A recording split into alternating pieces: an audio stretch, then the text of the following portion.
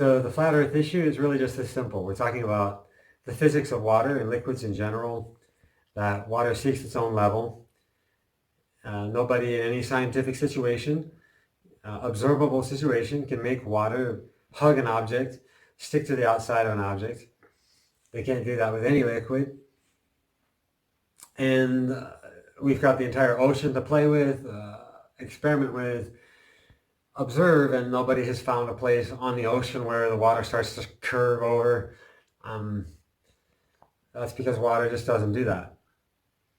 And we observe so many ways that light behaves on the ocean and the way things are observable. And when the sun starts coming down over the ocean, it makes a straight line of light that's coming at you. It makes a parallel line coming straight down at you. This is the same effect you would have if you had a flat mirror and a flashlight, and that light would make a nice straight line. So if there's any curvature to that mirror or aluminum foil, try this as an experiment at home if you want, you cannot get that effect that the ocean gives you. The slightest bend of that would cause that line to be broken, and you just wouldn't see that line anymore. So water in general is just very flat, and it seeks its own level. And this includes the liquid that is supposed to be inside the earth. Remember, the Freemasons and the Pharisees are telling us that the world is a extremely thin crust outside a large ball of molten rock, and it's liquid. So they're saying that somehow liquid can suspend itself into a ball-ish shape, and this is not observable, this is not true, it's not repeatable, there's just nothing that you can use to support that. Water is flat, it seeks its own level. So then people should be brought to the next question. Okay, then what would be containing that water? Because obviously the water is not falling off. The water remains, so what is containing us in here? The observable fact is the firmament. So this seems like a wild idea, but we are under a very large dome, and that is observable because, yeah, we don't see the water flowing away and going away forever, so it's contained within something. And when there's water vapor in the air and light, we have a mirror acting behind that creates a rainbow, which forms an arc shape. And scientifically, if you want to create a rainbow within your house, you're going to need the vapor, the light, and you will need a mirror to create that rainbow. So when you go outside and you squirt some water vapor in the sunlight and you see rainbows, it's pretty simple logic. There's a mirror there. You can't see it, or it's too far away, but there's definitely a mirror there. And what shape is that mirror? The rainbow takes the shape of that mirror from your perspective. Something lesser known is that if you look down into a vaporous situation with a lot of sunlight, like you look down into a waterfall, when there's a lot of sunlight, you'll start seeing circular rainbows. So that would be your perspective looking up into the dome. You would start to get circles if you start forming that 90-degree angle. And then there's something they call sundogs, which is something that people in northern countries have observed. They observe it while they ski or things like that. Sundogs also show these reflections off the firmament. So we see the firmament exists by light. We see the firmament must exist by the containment of the water, the oceans. We see the firmament must exist by the containment of the air that we have. So any air with any pressure must be inside a container. So if I have a can of air and it's pressurized, it has a higher pressure, then I have to have that contained and closed, and that forms that pressure. The second that's not perfectly contained, the air pressure will seek to equalize itself and it will go away. So quite simply, we have all this observable proof that the biblical model of the flat earth is true, that it must be true.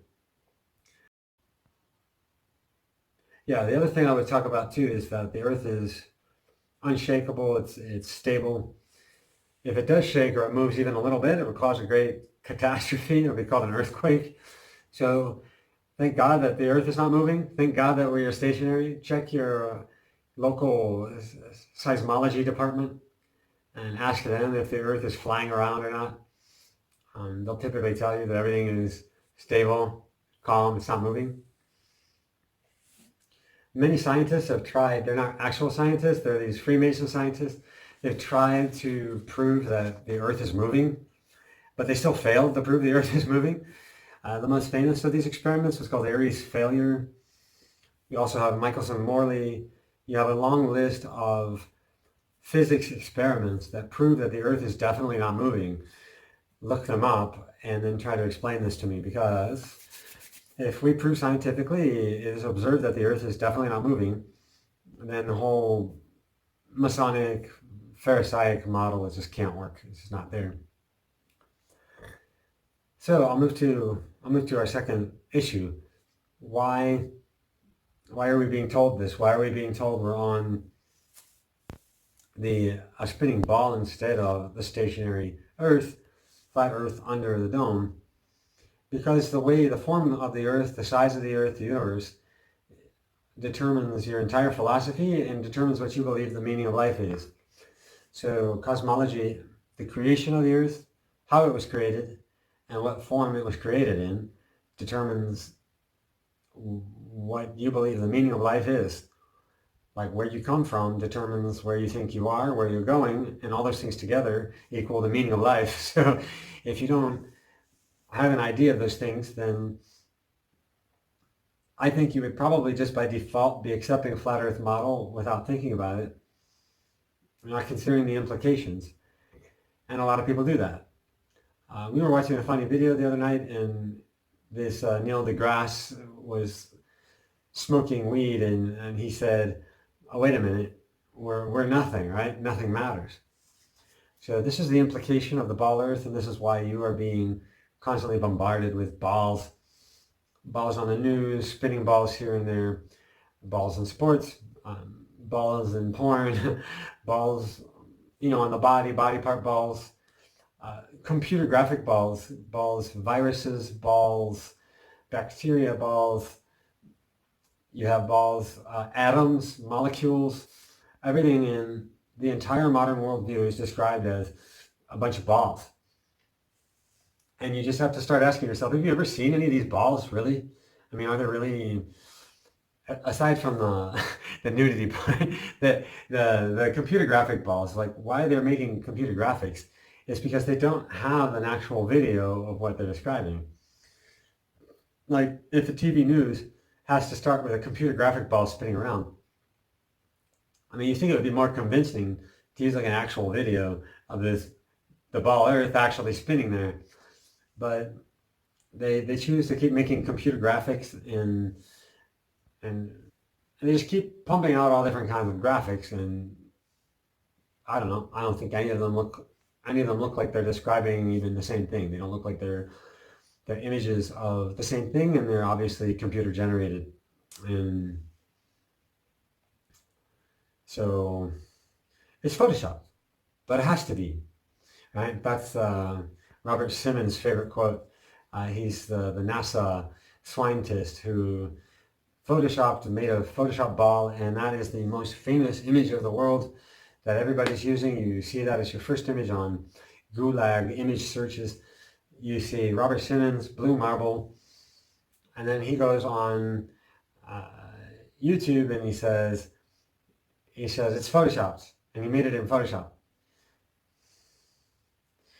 So we just have to come to grips with the fact that humankind does not have that level of technology. We do not have video cameras on the moon or out in space taking real-time video and pictures of the spinning Earth. We have none of these things. It's just it's completely fabricated and doesn't make any sense.